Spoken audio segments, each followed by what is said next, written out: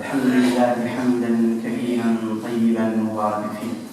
الحمد لله الذي هدانا لهذا وما كنا لنهتدي لولا أن هدانا الله، وأشهد أن لا إله إلا الله وحده لا شريك له، وأشهد أن محمدا عبده ورسوله، أدى الأمانة وبلغ الرسالة ونصح الأمة وكشف الله به الغمة، وجاهد في الله حق جهاده حتى أتاه اليقين.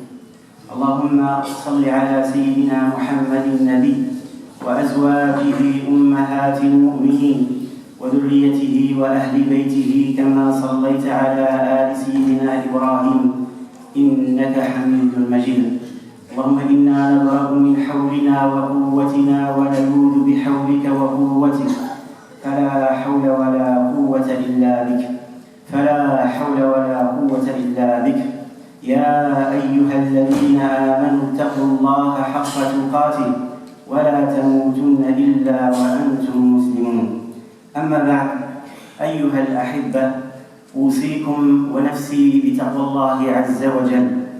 لقد جبلت النفوس أيها الأحباب على حب من أحسن إليها، وتعلقت القلوب بمن كان له فضل عليها، وليس أعظم إحسانا ولا أكثر فضلا بعد الله سبحانه وتعالى من الوالدين، حيث قارن الله تعالى حقهما بحقه وشكرهما بشكره، وأوصى بهما إحسانا بعد الأمر بعبادته، فقال: واعبدوا الله ولا تشركوا به شيئا وبالوالدين إحسانا.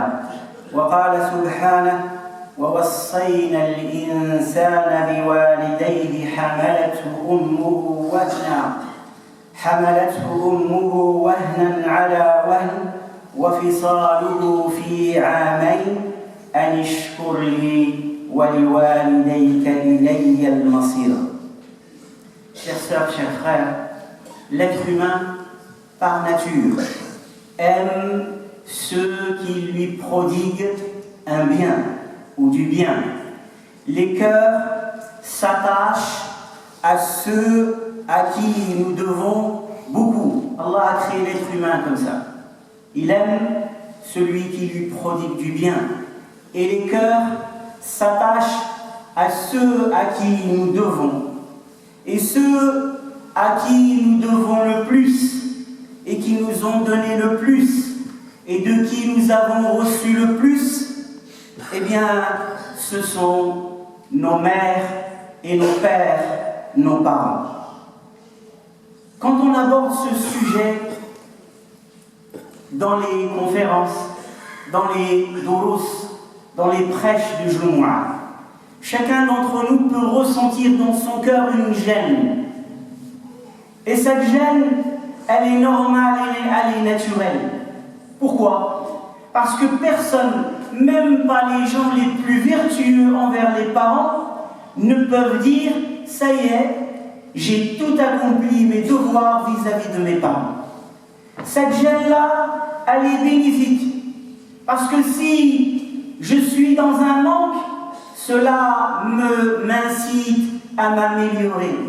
Si je suis dans le bien, cela m'incite à continuer et encore à m'améliorer. Pour savoir la valeur des parents, même si on parle les matins et soirs des parents, eh bien, ce ne serait pas un sujet qu'on aurait trop traité. Allah subhanahu wa ta'ala a lié leur droit à son droit. Et dans le Coran, quand il y a quelque chose qui est lié à une autre chose en permanence, c'est pour attirer le lien, la valeur de cette chose, de cette adoration. Et pour montrer le lien intrinsèque qu'il y a entre ces deux adorations. Dans la plupart des versets, vous allez trouver la prière qui est liée à zakat. Vous allez trouver l'adoration de Dieu et immédiatement après l'adoration de Dieu, le bel agir envers père et mère, envers les parents. Allah dit, adorez Dieu sans rien lui associer et soyez bons envers vos parents. Il dit également, nous avons recommandé à l'homme d'être bienveillant à l'égard de ses parents, car sa mère a enduré de multiples souffrances en le portant dans son sein, en le mettant au monde et en l'allaitant 2 années durant jusqu'au sevrage. Sois donc reconnaissant envers moi et envers tes parents. C'est vers moi que se fera votre retour. فلله سبحانه نعمة الخلق والإيجاد وللوالدين بإذنه نعمة التربية والإيلاد. يقول ابن كثير رحمه الله وأوصاكم وآمركم بالوالدين إحسانا. والله تعالى كثيرا ما يقرن بين طاعته وبر الوالدين. فرض الرب في رضا الوالدين وسخط الرب في سخط الوالدين. أيها الأحباب، بر الوالدين من صفات الأنبياء وسمات الصالحين، فهذا نبي الله عيسى عليه السلام قال عن نفسه وبرا بوالدتي ولم يجعلني جبارا شقيا. وأثنى الله على يحيى بن زكريا عليهما السلام فقال وبرا بوالديه ولم يكن جبارا عصيا. وهذا إسماعيل عليه السلام وما كان من شأنه مع أبيه في قصة الذبح قال يا أبت افعل ما تؤمر ستجدني إن شاء الله من الصابرين. Allah subhanahu wa ta'ala, on lui doit tout. On lui doit de nous avoir créés. Et nos parents, par la grâce d'Allah, nous ont portés et éduqués. Ibn Kathir, rahimahullah, il dit combien de fois le lien entre l'obéissance d'Allah et celle des parents revient dans le Coran et dans les textes. Prendre soin de ses parents, c'est la qualité première de tous les prophètes et de tous les messagers. Sur les 124 000 prophètes, dont 300 et quelques messagers, vous ne trouverez pas un seul qui n'avait pas cette qualité poussée au plus haut degré. Pourquoi? Parce que tout simplement, les parents, ou prendre soin des parents, c'est la terre sur laquelle on va construire toute construction. Toute construction qui est faite sur le mauvais comportement envers ses parents, même si cette construction devait atteindre les plus grandes hauteurs, elle finirait par s'écrouler. Et toute construction, même si elle est modeste, même si elle est peu, si elle est construite sur l'amour des parents, l'obéissance aux parents, le soin apporté aux parents, le bel agir envers les parents, cette construction est vouée à durer dans le temps et après la vie dernière. Les prophètes sont nos modèles et donc on doit les suivre à ce niveau. Comment étaient les prophètes envers leurs parents? Allah il nous donne quelques exemples de prophètes, comment ils étaient envers leurs parents. Il nous parle de Isa alayhi salam, qui n'avait que sa mère, puisqu'il est né d'une mère sans père. De Isa alayhi salam, au moment était dans les bras de sa mère et qu'il a parlé miraculeusement, la première chose qu'il a dit, قال إني عبد الله آتاني الكتاب وجعلني نبيا وجعلني مباركا أينما كنت وأوصاني بالصلاة والزكاة ما دمت حيا وبرا بوالدتي. Il est encore enfant bébé et il parle miraculeusement bi'idhnillah, et les choses qu'il va dire sont les choses les plus fondamentales et les plus essentielles, et parmi cela de prendre soin de ma mère. Allah nous parle dans la même sourate de Yahya ibn Zakaria, le prophète Yahya, Jean-Baptiste. Il dit, il était plein de piété filiale pour ses parents. Il n'était ni violent, ni désobéissant. Que la paix soit sur lui le jour où il naquit, le jour où il mourra et le jour où il sera ressuscité. Ismaïl ibn Ibrahim, Ismaïl alayhi salam, le fils du prophète Ibrahim alayhi salam, prophète, fils de prophète. Quand on lit ce qui est arrivé à Ismaïl, on a honte devant nos parents. On a honte devant nos parents. Qui parmi ses parents est venu et lui a dit « Je vais te trancher la gorge, qu'est-ce que tu en penses ?» Ismaïl, ce jeune enfant, est le modèle suprême de l'obéissance aux parents et donc de l'obéissance à Dieu. Ici, son père ne lui a pas ordonné quelque chose d'illicite. Il lui a ordonné ce que Allah lui a révélé. Allah a voulu les éprouver. Il vient voir son fils, un jeune enfant, qui a la vie devant lui. Et il lui dit, « Oh mon enfant, j'ai vu un rêve. » Et le rêve des prophètes, c'est une révélation, wahi. « J'ai vu un rêve que je te sacrifiais. Qu'est-ce que tu en penses, mon enfant ?» Et plaçons-nous chacun devant cette situation. Comment on répondrait à nos parents? Parfois, ils ne nous disent pas « Qu'est-ce que tu en penses? Je vais te sacrifier. » Ils disent « Qu'est-ce que tu penses, mon enfant, si tu venais me voir? Qu'est-ce que tu penses, mon enfant, si tu m'aidais à aller faire les courses? Qu'est-ce que tu penses, mon enfant, si tu me réalisais telle ou telle chose? » Des choses simples, c'est pas de se sacrifier. Et vous voyez certains enfants qui haussent les épaules, tournent les yeux, se disent des paroles, élèvent leur voix et commencent à réprimander leurs parents.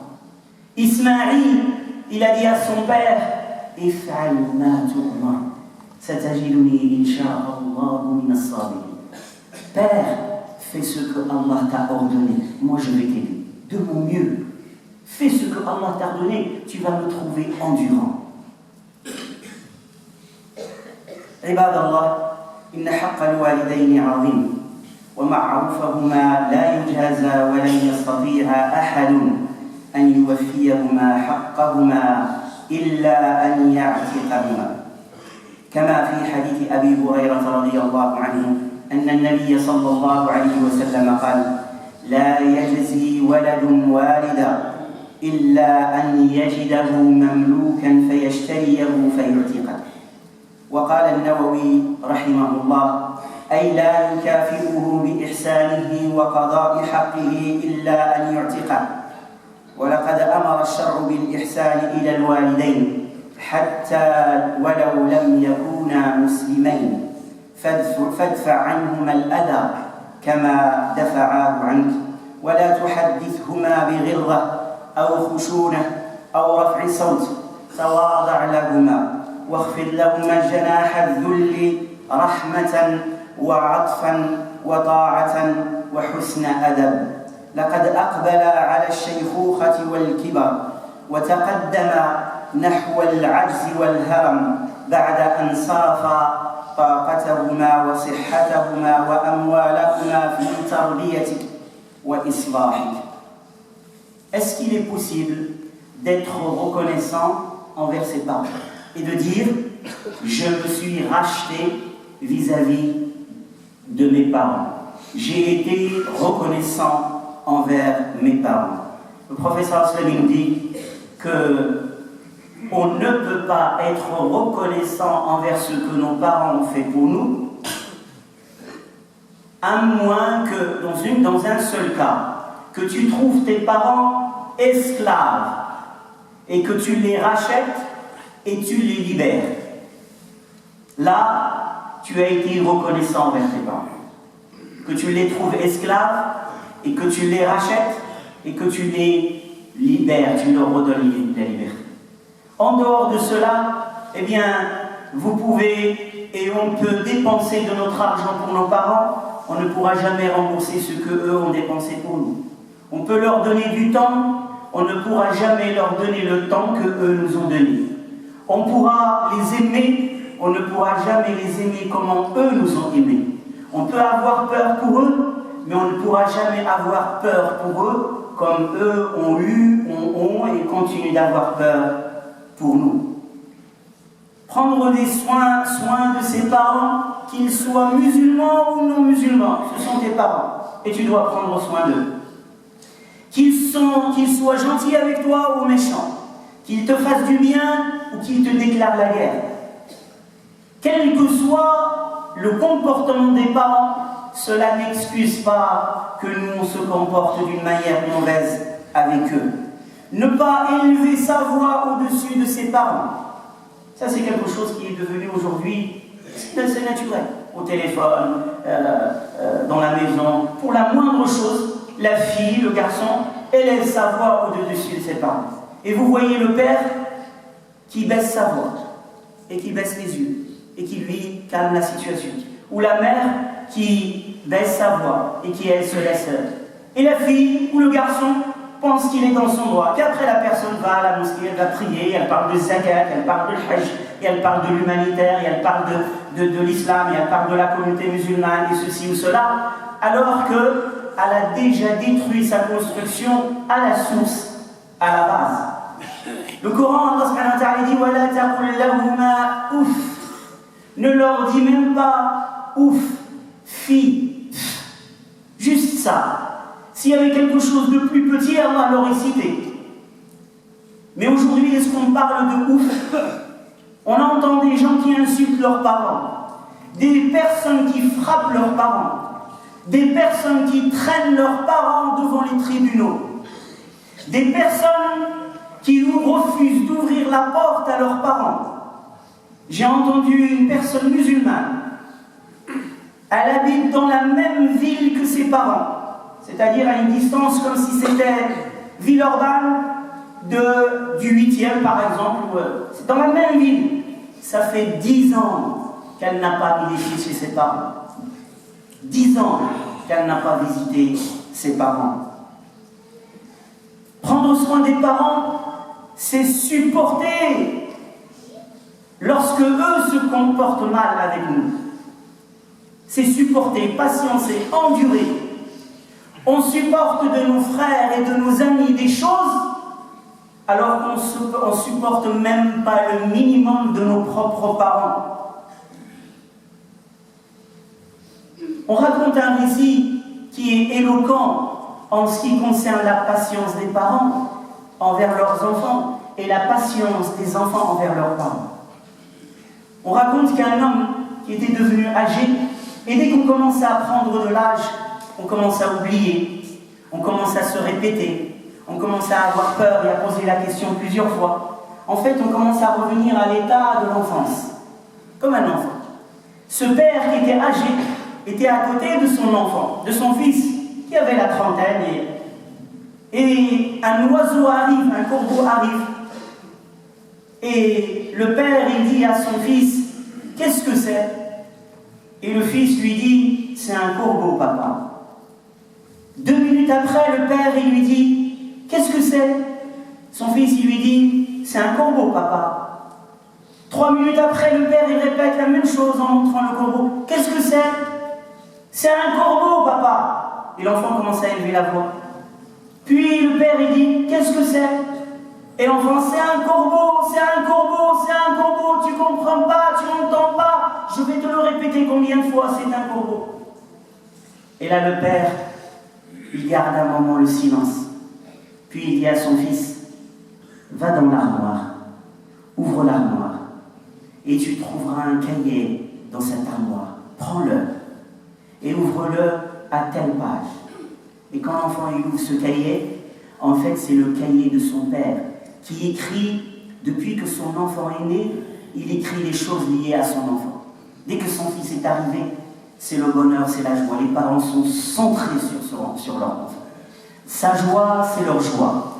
Son bonheur, c'est leur bonheur. Sa santé, c'est leur santé. Son bien-être, c'est leur bien-être. Et il lit tel jour, à telle date, à telle heure. Je suis avec mon fils qui vient d'avoir 3 ans. Et il a aperçu un oiseau. Et il m'a dit, comme disent tous les enfants émerveillés, « Papa, papa, qu'est-ce que c'est ?» Je lui ai dit, « C'est un oiseau, mon chéri. » Avec le sourire et la joie. Puis après, il m'a dit encore une fois, « Papa, papa, qu'est-ce que c'est ?» Je lui ai dit, « C'est un oiseau, mon chéri. » En lui souriant et en l'embrassant. Puis après, une 3e fois, il m'a dit, « Papa, papa, qu'est-ce que c'est ?» Je lui ai dit, « C'est un oiseau, mon chéri. » Et il m'a posé la question ce jour-là 23 fois. Et 23 fois, je lui répète avec amour, avec sourire, avec gentillesse, c'est un oiseau, c'est un oiseau. Et je le prends, et je ris, et je le serre dans mes bras. Regardez la différence de cœur. Regardez la différence de comportement. Le cœur des parents, il est unique. Et on ne comprendra cela que lorsqu'on devient parent. Comme nous l'ont toujours dit nos parents. Tu comprendras quand tu expérimenteras, quand tu auras toi aussi des enfants. واحذروا يا عباد الله عقوق الوالدين فإنه من أكبر الكبائر ومن أعظم الذنوب وقد أمر الله في جميع كتبه في التوراة والإنجيل والزبور والفرقان وأوحى إلى جميع الأنبياء وأوصاهم بحرمة الوالدين ومعرفة حقهما وجعل رضاه في رضاهما وسخطه في سخطهما وقد صح عن نبيكم صلى الله عليه وسلم أن الجنة محرمة على العاق فعن ابن عمر رضي الله عنهما أن النبي صلى الله عليه وسلم قال 3 لا يدخلون الجنة العاق لوالديه والمدمن على الخمر والمنان بما أعطاه. Parmi les péchés dont il faut se méfier le plus après l'idolâtrie, la mécréance, c'est de faire du tort et de faire du mal à ses parents. Parce que ce n'est pas un péché mineur, c'est un péché majeur et un péché parmi les péchés capitaux. Et le prophète sallallahu alayhi wa sallam nous a mis en garde contre celui qui tomberait dans ce péché. Le paradis lui est interdit. Le prophète sallallahu alayhi wa sallam dit 3 sortes de personnes, 3 catégories ou 3 personnes, c'est-à-dire des catégories de personnes, ne rentreront pas au paradis.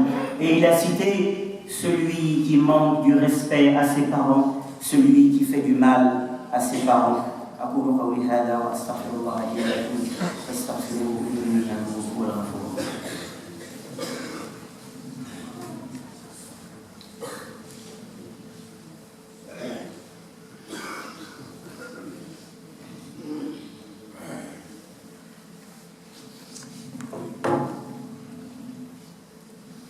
الحمد لله حمدا كثيرا طيبا مباركا فيه واشهد ان لا اله الا الله وحده لا شريك له واشهد ان محمدا عبده ورسوله اللهم صل على سيدنا محمد وعلى اله وصحبه وسلم تسليما اما بعد ايها الاحباب اوصيكم ونفسي بتقوى الله عز وجل فالله الله يا عباد الله في والديكم وكونوا على ثقه بان الحياه جزاء ومكافاه فمن احسن منكم الى ابويه وحنى عليهما وبرهما عومل بالمثل ومن عق والديه حصد ما زرع هل الجزاء للإحسان إلا الإحسان سيأتي اليوم الذي لن ترى أباك فيه وسيأتي اليوم الذي ستحرم فيه من أمك وستبكي ندما أن لو بررت بهما فاتقوا الله فيهما قبل أن لا يكون اللقاء إلا بين يديه وتذكروا وصية ربكم فيهما وقد قال حبيبكم وإمامكم صلى الله عليه وسلم إن الله يوصيكم بأمهاتكم إن الله يوصيكم بأمهاتكم إن الله يوصيكم بآبائكم إن الله يوصيكم بالأقرب فالأقرب. Il faut profiter de ses parents avant qu'il ne soit trop tard. Il faut sourire à ses parents avant qu'il ne soit trop tard. Il faut embrasser les mains, la tête, la joue, les pieds de nos parents avant qu'il ne soit trop tard. Il faut qu'on soit à leur service avant qu'il ne soit trop tard. Il sera trop tard lorsqu'il y a la séparation. Lorsqu'il y a la séparation, les parents ont rejoint Dieu. Combien de gens, lorsqu'il apprend que sa mère est morte ou que son père est mort, pleurent toutes les larmes de son corps. Mais lorsqu'ils étaient vivants, ils les négligeaient et se comportaient mal avec eux. Une maman, elle disait à ses enfants, pleurez pendant que je suis vivante. Pleurez pendant que je suis vivante. Comme ça, si vous vous êtes comporté bien avec votre mère, le jour où elle mourra, vous serez souriant. C'est-à-dire que vous aurez accompli quelque chose de bien. Vous ne serez pas dans un regret permanent. Il n'y a pas pire que les regrets quand on ne peut pas changer les choses. On ne peut pas ramener quelqu'un à la vie. Et le prophète sallallahu alayhi wa sallam, il nous dit, Allah vous demande de prendre soin de vos mères. Allah vous recommande de prendre soin de vos mères. Allah vous recommande de prendre soin de vos mères. Allah vous recommande de prendre soin de vos pères. Allah vous recommande de prendre soin du proche, du plus proche, et ainsi de suite. Allah subhanahu wa ta'ala a mis la place de la mère, parce que la mère a vécu quelque chose que tout le monde a oublié, parce que c'est un moment où on ne s'en souvient pas.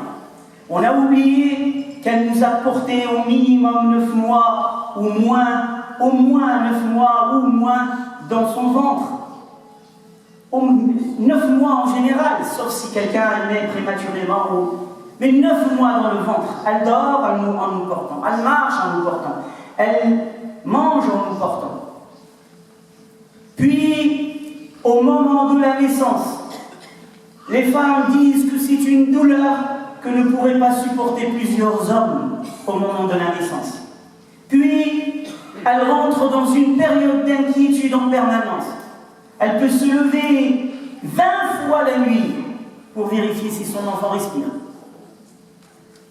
Elle peut se lever je ne sais pas combien de fois pour savoir comment va son enfant. Elle se prive pour lui et elle va l'allaiter.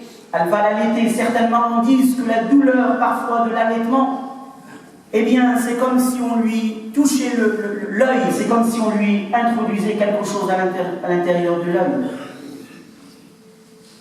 Puis l'enfant, lorsqu'il commence à grandir, il a oublié cette période. Il a oublié parce que c'était pendant l'enfance.